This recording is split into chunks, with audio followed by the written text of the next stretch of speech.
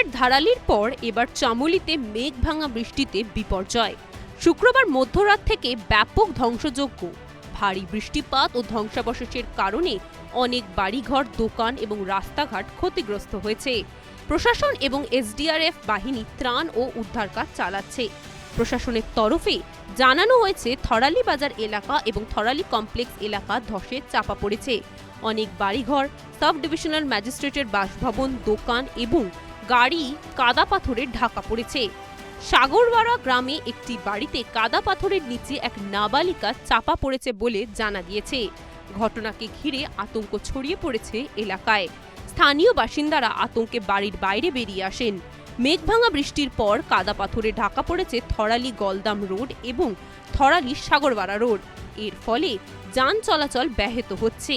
চামোলির police জানিয়েছে অনেক স্থানীয় বাসিন্দাকে উদ্ধার করে নিরাপদ স্থানে নিয়ে যাওয়া হয়েছে।